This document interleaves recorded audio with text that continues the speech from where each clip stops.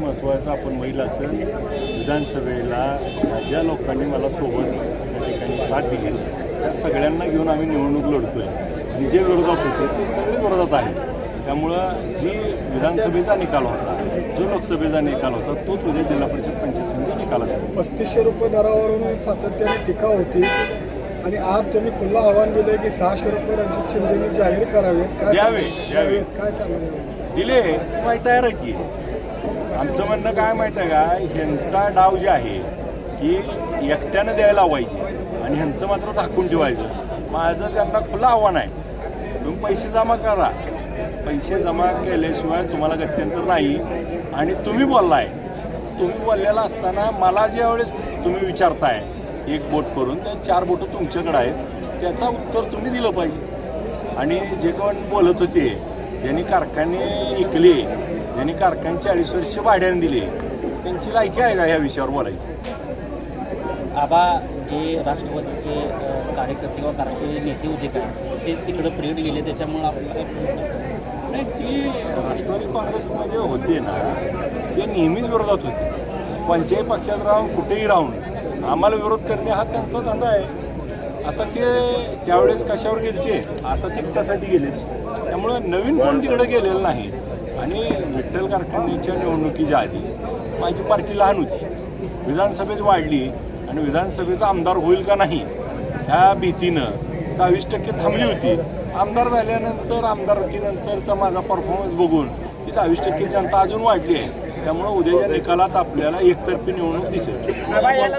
प्रश्न आहे विधानसभा असू द्यात किंवा विठ्ठल साखर कारखाना निवडणूक असू द्यात कल्याणराव काळे दादा पाटील गणेशदादा पाटील हे कायम तुम्हाला विरोध करत आले. नेमकी धुसफूस त्यांची काय आहे त्यांचं दुखणं काय आहे त्याच्यावर काय तुम्ही विलास काय शोधून काढलाय का नाही का त्यांना अशाच पद्धतीनं विरोध करायला प्रोत्साहन दिले. म्हणून म्हणता आपण बघा त्यांचं दुखणं त्यांना विचारलं पाहिजे. मला दिसतंय दुखणं काय माहीत आहे का आणि कालचा कार्यकर्ता आणि आमच्या विरोधात लढतोय चेअरमन होते आमदार होते आमच्याच्यानं झालं नाही. ही चळपळाट असू शकते किंवा एखाद्या माणूस काय असतो कर्तृत्व केलं तर आपण त्यापेक्षा चांगलं कर्तृत्व करतो.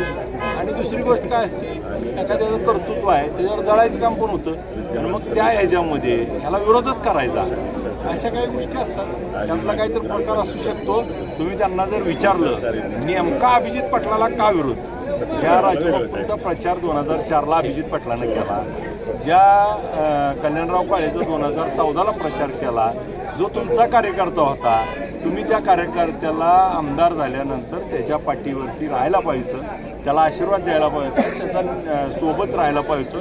मग तुम्हाला तिकडं जाऊन आता रणजित शिंदे जवळ वाटायला ज्या परिचारकांच्या विरोधात अनेक वर्ष 40 वर्ष इथले लढा झाला आहे तुम्ही त्यांच्यासोबत जाऊन राहायला लागला. आणि अभिजित पाटील का तर फक्त अभिजित पाटलाच्या घरात आमदार खासदार नाही त्यांच्या घरात नेता नाही सामान्य घरातला कार्यकर्ता त्या ठिकाणी एवढ्या पदावर पोचलाय ही सण होईन आहे माझ्या दृष्टीने. परिचारकांच्या बाबतीत एक प्रश्न आहे. परिचारकांनी राष्ट्रवादी सोडल्यानंतर भाजप मोठी करण्यासाठी जीवाचं रान केलं आमदारकीसाठी त्यांनी प्रयत्न केले पराभव पत्करावा लागला. त्यानंतर समाधानदादा आवताडे हे आमदार झाले. त्यानंतर भाजपमध्ये जे बाहेरच्या पक्षाचे त्यांची आयात झाली. आता तर चक्क त्यांचे वर्षानुवर्षीचे कट्टर वैरी जे समजले जातात ते कल्याणराव काळे सुद्धा भाजपात आलेले आहेत. कुठंतरी परिचारकांना असं वाटायला लागले का की आता मला एकट्याला हे झेपणार नाही म्हणून यांना सोबत घेऊन जातात. त्याची मला तर दुसरी पार्श्वभूमी अशी वाटते की परिचारक साहेबांना विचारात घेऊन यांना घेतलं असेल परंतु ते मान्य आहे का. आता काय परवा त्यांनी बोलताना म्हणले की वरून जे निर्णय होतात ते त्या ठिकाणी स्वीकारावं लागतात. त्यामुळं मला असं वाटतं या निर्णयाचा मला फायदा होईल.